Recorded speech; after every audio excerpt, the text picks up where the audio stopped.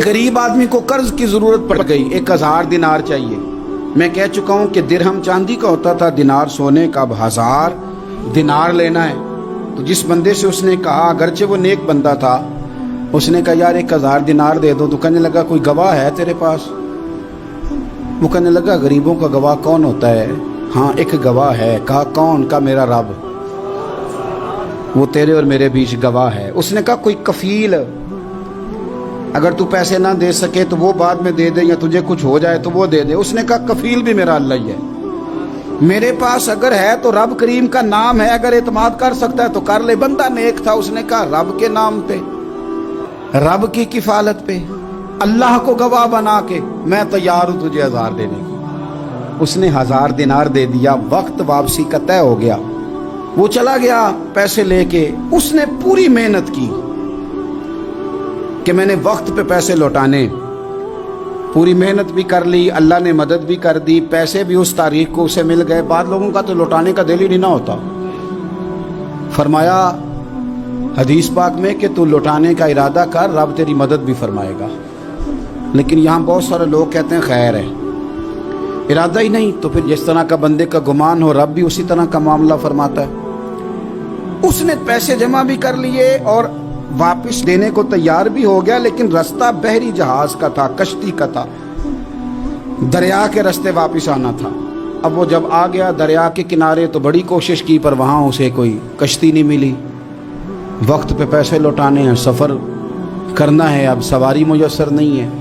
सोच सोच के परेशान था कि मैंने तो अल्लाह के नाम पे लिए। अचानक दिल में एक तजवीज़ आई। उसने एक लकड़ी ली, लकड़ी को अंदर से खोला, 1000 दिनार उसमें भरा। बुखारी पढ़ रहा हूँ, और साथ एक खत भी लिखा कि यार मैं पैसे पहुंचाना चाहता था पर मुझे कोई चीज़ नहीं मिली दरिया के उस पार आने, अल्लाह के नाम पर तेरी तरफ रवाना कर रहा हूँ। और ये कह के वो लकड़ी दरिया में रख दी। वो लकड़ी डूब गई है, वापस आ गया। वो जिसने पैसे लेने थे वो ऐन मुकर्ररा वक्त पर दरिया किनारे आया। सुबह से सरे शाम तक उसने इंतजार किया। दिल ढलने लगा तो दिल में ख्याल आ गया कि यार नहीं, उसने देने ही नहीं, झूठा वादा कर गया, पहुंचा ही नहीं वक्त पे।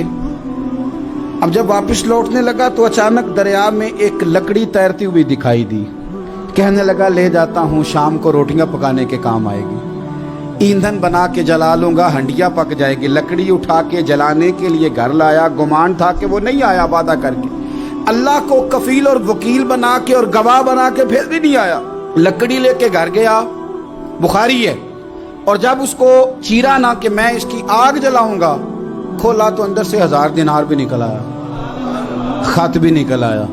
अब जरा समझना, उसके दिल में बात किसने डाली कि तू लकड़ी में पैसे डाल दे? अल्लाह ने। उस बंदे को मुकर्ररा वक्त पे किनारे भेजा किसने?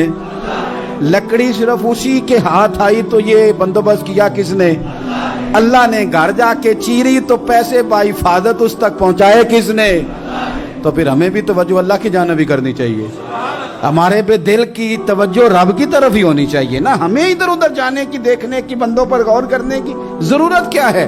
वो पैसे पहुंच गए, ये वहां अपनी जगह पे परेशान था। इसने 1000 दिनार और जमा किया।